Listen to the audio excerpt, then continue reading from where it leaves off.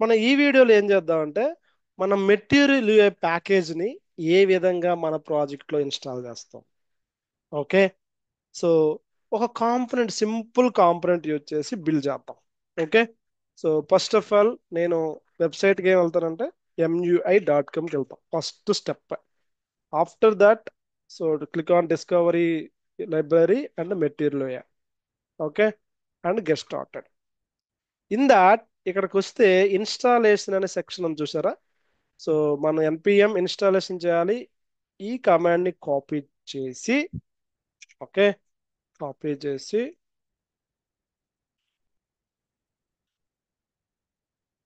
Copy the command,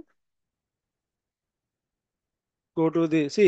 మీరు చూస్తే packet dot JSN లో ఇంకేమి లేదు ఇక్కడ. ఓకే.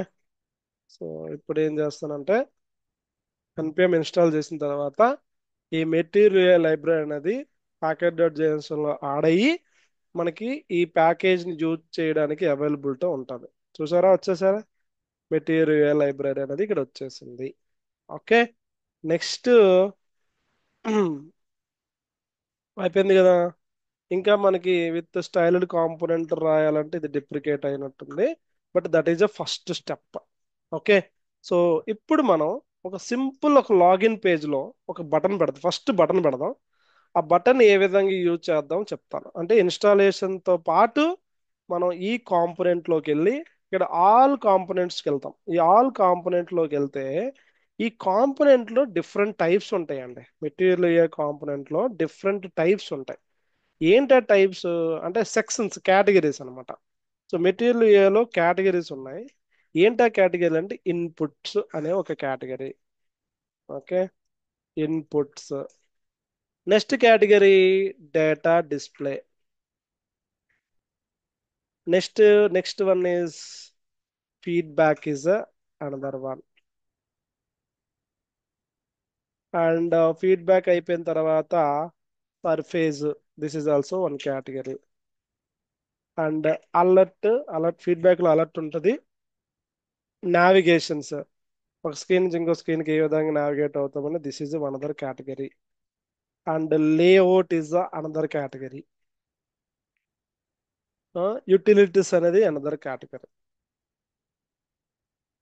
తర్వాత ఏముంది, MUX అనేది ఉంది, ల్యాబ్ ఉంది. ఇలా డిఫరెంట్. MUX అంటే డేటా గ్రిడ్ అంట. ఇలా మెటీరియల్లో మనకి డిఫరెంట్ డిఫరెంట్ కేటగిరీస్ ఉన్నాయి. అంటే ఒక్కొక్క కాంపోనెంట్ ఇప్పుడు చూస్తే ఇన్పుట్ అనే కేటగిరీలో ఏముంటుంది చూద్దాం. ఇన్పుట్ అంటే ఆ, ఒక బటన్ ఉంది, రేటింగ్ ఉంది, స్లైడర్ ఉంది, స్విచ్ ఉంది, టెక్స్ట్ ఫీల్డ్ ఉంది. ఇవన్నీ ఏంటి, ఇన్పుట్. అంటే యూజర్ నుంచి సమ్ ఇన్పుట్ ని తీసుకొచ్చే ఏ కాంపోనెంట్స్ ఉన్నాయో అవన్నీ ఇక్కడ ఇన్పుట్ కాంపోనెంట్ లో ఉంటాయి అన్నమాట. అంటే మనం ఈ వీడియోలో ఏం చెప్పుకున్నామంటే ఒక మెటీరియల్ లైబ్రరీని ఏ విధంగా ఇన్స్టాల్ చేసాము అండ్ మెటీరియల్ లైబ్రరీలో ఎన్ని కేటగిరీస్ ఉన్నాయో అని ఎక్స్ప్లెయిన్ చేస్తాము అనమాట.